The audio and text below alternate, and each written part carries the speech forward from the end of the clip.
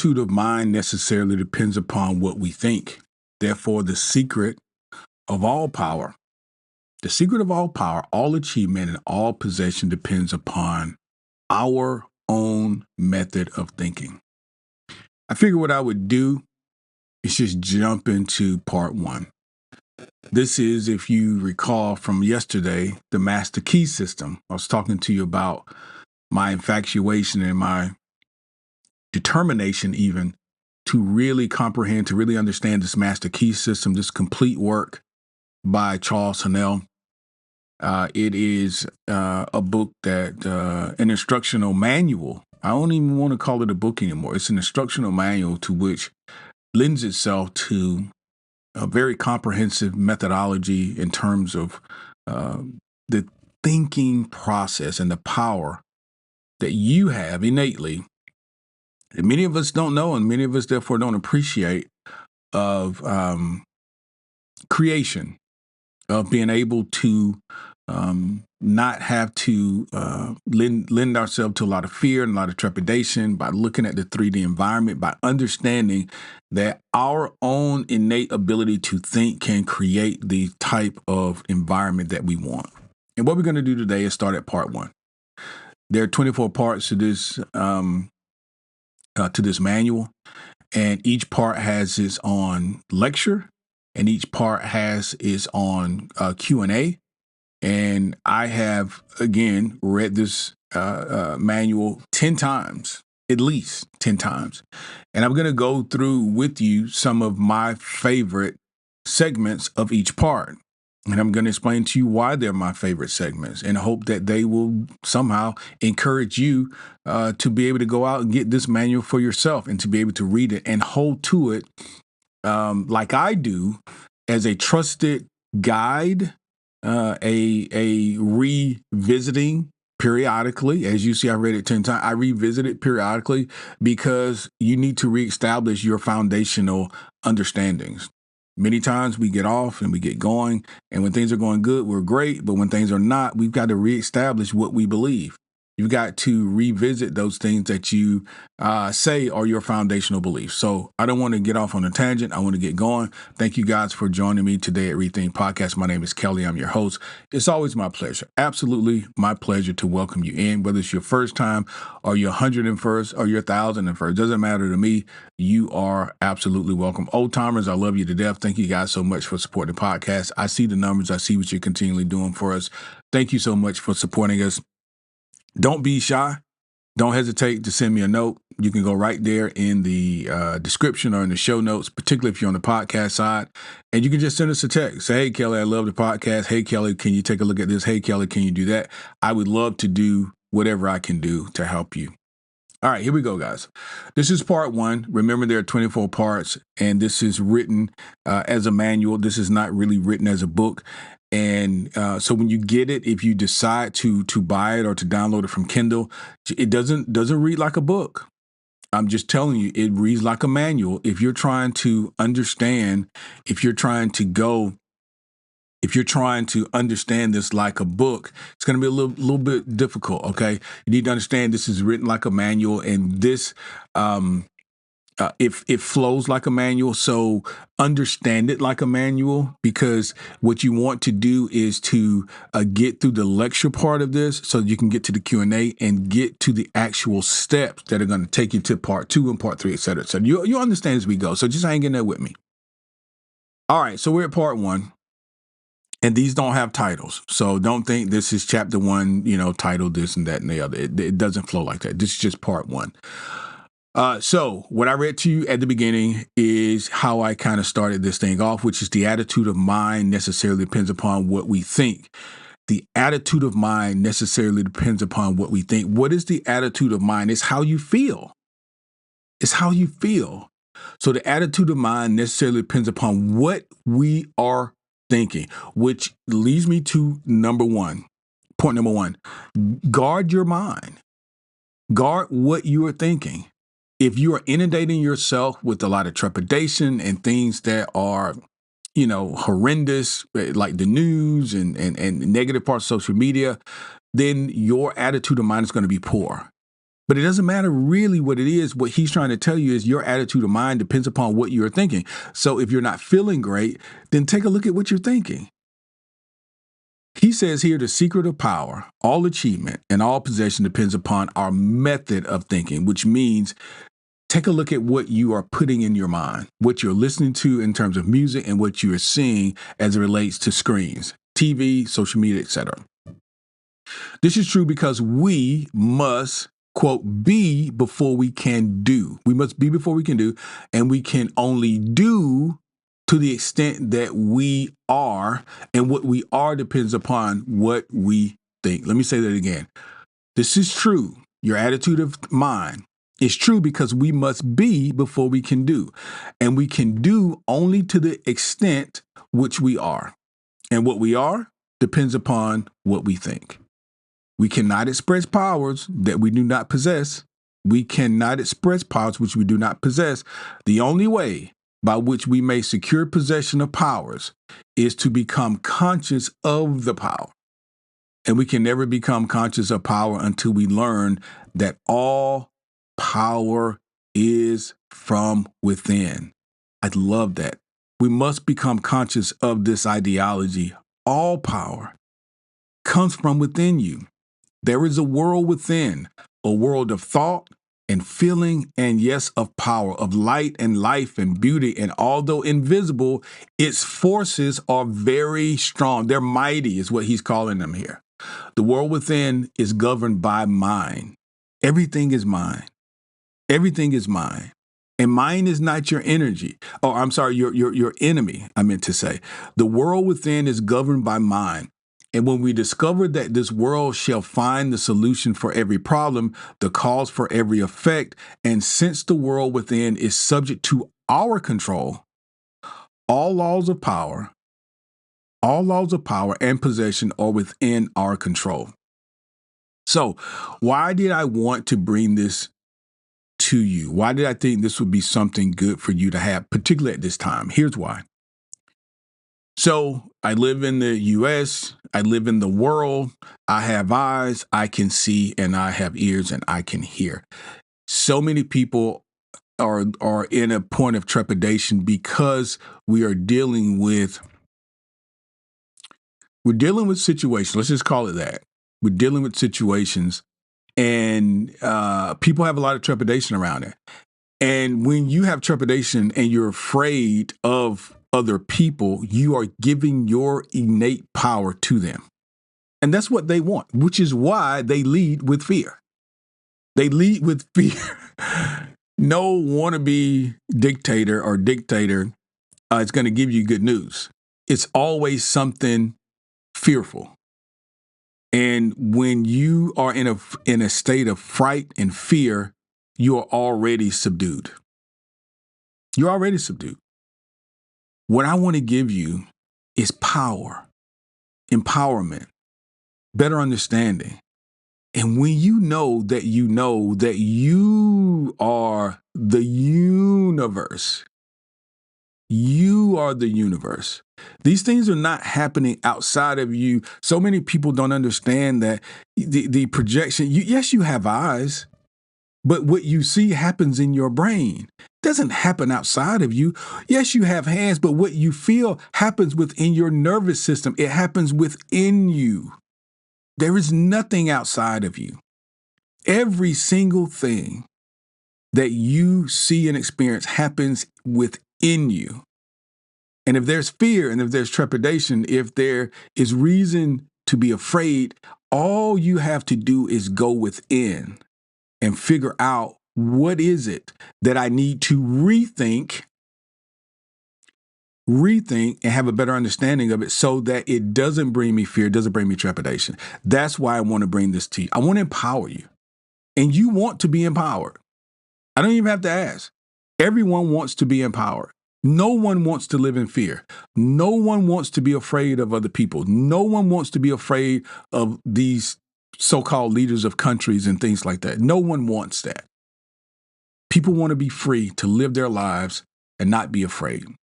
And understanding your innate power and your godlike ability, the fact that you are a creator, that's going to empower you. Listen to the news, is disempowering. Negative imagery and information on social media, disempowering. Feeding your mind with images that are fearful, disempowering. I want to give to you I want to remind, the better way of saying this, I want to remind you that you are God. I want to remind you that you are the creator. I want you to remember who you are. And when you do, you'll see there's no reason. There's really no reason. If there is no death, and if you are the creator, and if you are creating these things, then you can create other things. Let's go.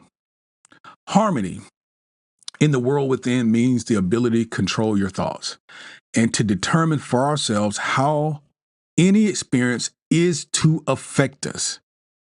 I'm trying to read through these, but every one of them is so impactful that I feel like I got to sit on it for a little while because it feeds me. And this is the reason why I read this so much, because it reminds me of who I am. If I get away from the idea that I am the creator, if I get away from the idea of how empowered I actually am, I come back to this text and I say, listen, harmony in the world within means the ability to control our own thoughts and to determine for ourselves how any experience is to affect us. No one gets to do that but us.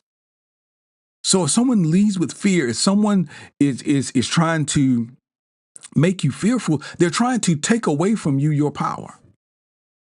You have the power to determine how you feel about any idea, anything that you see, how it's going to affect you. So the problem, as you've heard it, is not the actual problem. The problem is how you are responding to the problem. The world without reflects the circumstances and the conditions of the consciousness within. If you've been programmed, which we all have been through school, through religion, through politics, through your environment. If you've been programmed, then when certain things happen, then you've been triggered and then you have a certain response.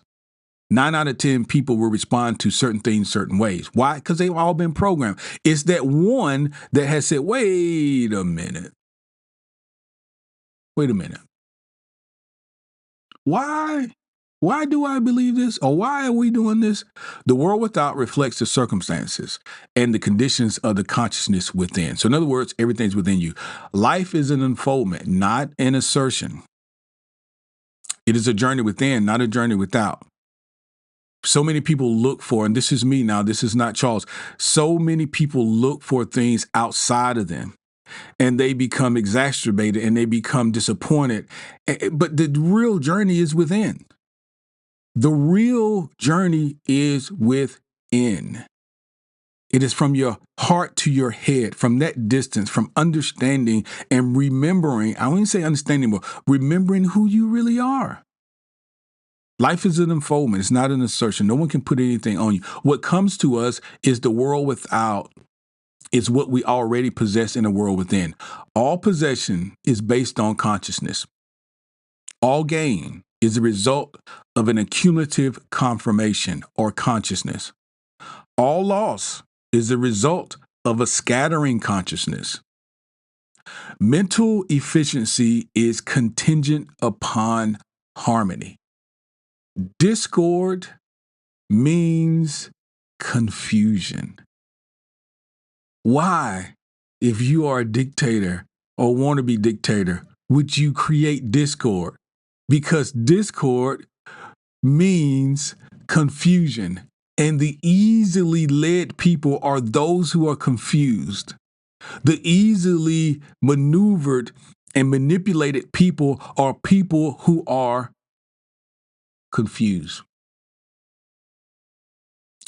We are related to the world without by the objective mind. The brain is the organ of the objective mind. And the cerebral spinal system of nerves puts us in conscious communication with every part of our body. This system of nerve responds to every sensation of light, of odor, of sound and of taste. He basically is explaining to you your senses and how you relate to the world. When we are related to the world within by the subconscious mind, not the conscious mind, but a subconscious mind, the solar plexus then is the organ of that mind. Okay? The solar plexus is the organ of this mind. The sympathetic system of nerves presides over all subjective sensations, not objective, but subjective sensations, such as joy, such as fear, love, emotion, respiration, imagination, and all other subconscious phenomena. It is through the subconscious that we are connected with what he calls the universal mind. And we're brought into relation with the infinite constructive forces of the universe. Listen, he said so much in that one statement that it would be impossible for me to explain it all. But let me just tell you in terms of, if you've never heard this concept, universal mind or Christ consciousness. Universal mind, Christ consciousness is the idea that you are in connection, in connectivity with all there is. There's nothing outside of you. There is not your mind and my mind. There's just mind. And Christ consciousness is the consciousness of the universe. It is all. So if there's healing for your body, so if there's healing for your finances, or some sort of solution for any sort of problem that you may have, wouldn't it be logical that within the universal mind, the solution resides? So all I have to do is connect my mind. Nope, I don't have a mind. All I have to do is connect to the universal mind, and the solution is provided. Is it that simple? There is but one consciousness. There's but one consciousness in the universe able to think. And when it does think, its thoughts become objective things to it. What does that sound like? Creation. When it does think, its thoughts become objective things to it. It materializes, manifests. You are a creator. As this consciousness is omnipresent, it must be present within every individual. It must be present within every individual. Each individual must then be a manifestation of this omnipotent, omnipresent, omniscient consciousness. There's only one consciousness. There is only one consciousness in the universe that is able to think.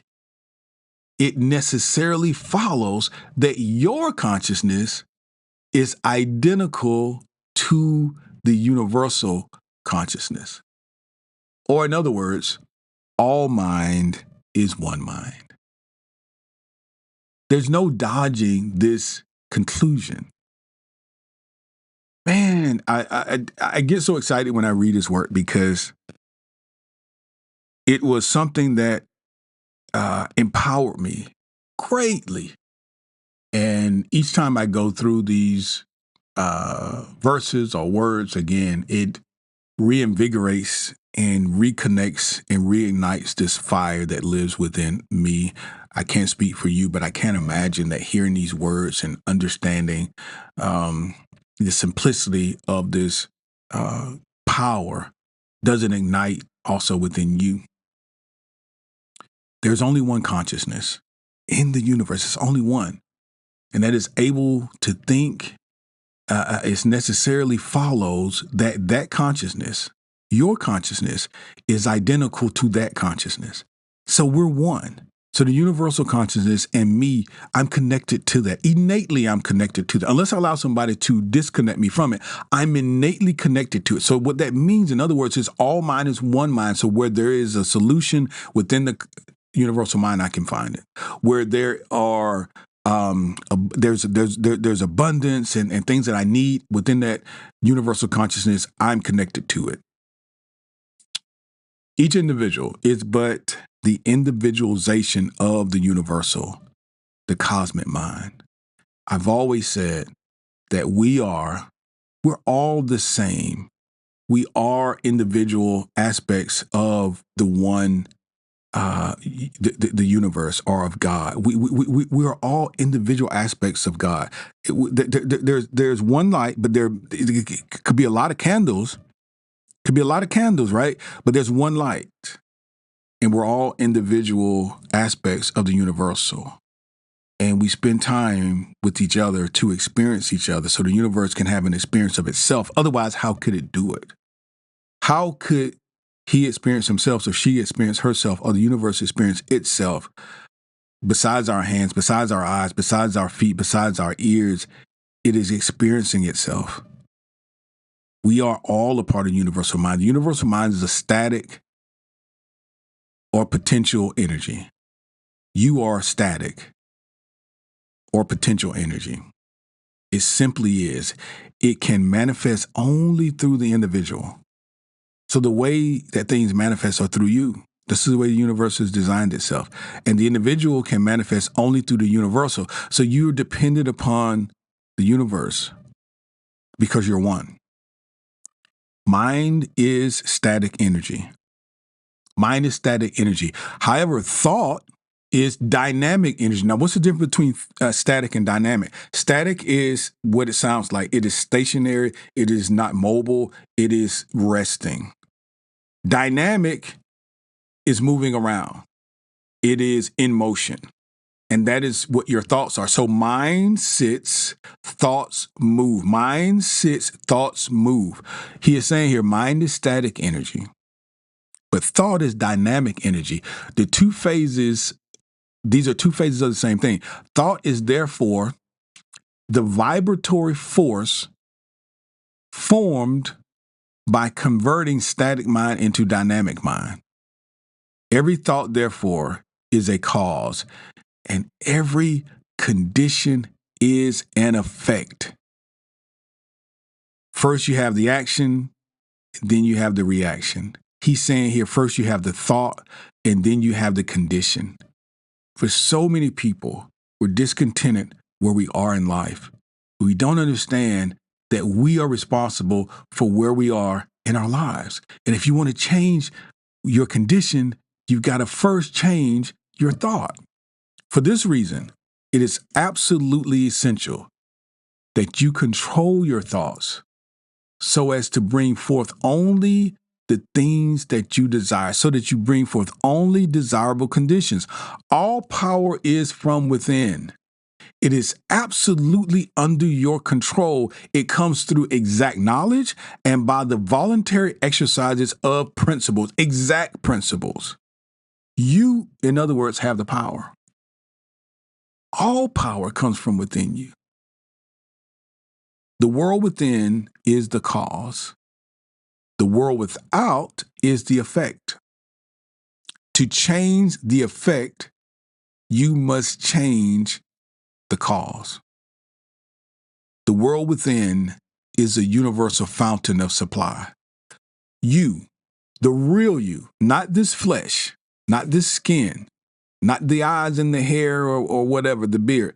The world within is the universal foundation of supply, and the world without is the outlet of that stream. Our ability to receive depends upon our recognition of this universal fountain, that world within us, this infinite energy of which each individual is an outlet of. Now, it's time for us to make the application. This is what we're going to do. So we're going into the Q&A period. So now make the application. Select a room where you can be alone. You can be quiet and unbothered, undisturbed. Sit erect, sit comfortably. Don't lounge, don't fall asleep. Let your thoughts roam where they will. Be perfectly still for about 15 minutes to half an hour. And then continue this for 3 or 4 days, for a week, and until you secure full control of your physical being. This is the first exercise, the ability to control yourself. Because many will find that this is extremely difficult. And I'm telling you, if you've never meditated, if you've never spent any time by yourself, you will be one of those many. Many will find it difficult. Others will conquer it with ease, but it is necessary. It's essential to securing complete control of your body before you can ready yourself for the progress, for the process of moving forward. So I want to go through the questions and answers for this particular part one. And this piece for me is very intuitive and really very helpful. And I'm going to come back and talk about how he would list exercises to help us with our mental capacity, what he calls a mental process, a mental action in connection with the universal mind. So Q&A, I'm not going to go through all of them, but there are 10. And the ones I only highlighted 3. So these are just kind of the top 3. He says, how is the individual related to the objective mind? How is the individual related to the objective mind? The answer is the individual is related to the objective mind or the objective world by the objective mind. The brain is the organ of that mind. And I wanted to really make it a point for us to understand these 2 organs that he talks about, the solar plexus and then the brain. So the brain is the organ of the mind, and the solar plexus is the organ of the subconscious mind. And that's important. It's important you remember that because moving forward, that's going to come up. And then last question I'm going to ask and answer is, what is the source of all power? And this is where I want you to really embody and empower and be empowered yourself. The source of all power is the world within, the universal fountain of supply, the infinite energy of which each individual, everybody has this, and everybody is an outlet thereof. That should really be encouraging for you. So in order to express life, there must be mind. Nothing can exist without the mind. Nothing can exist without the mind. Everything which exists is some manifestation of mind. It is some manifestation, be it basic or otherwise, of mind. We live in a fathomless sea of plastic mind substance. And this substance is ever alive and is active. It is sensitive to the highest degree. It takes form according to your mental demand. Thought forms the mold or the matrix by which the substance will express itself. A lot of these concepts are relatively deep, so we're going to ease our way into this, but this has been part 1. I'm going to come back tomorrow with part 2. Listen, I'm super excited about this. I hope you are as well. Drop me a note. Let me know what you think. I really appreciate you guys hanging out with me today. I'll be back tomorrow. Guys, listen to the podcast again. I'll talk to you soon.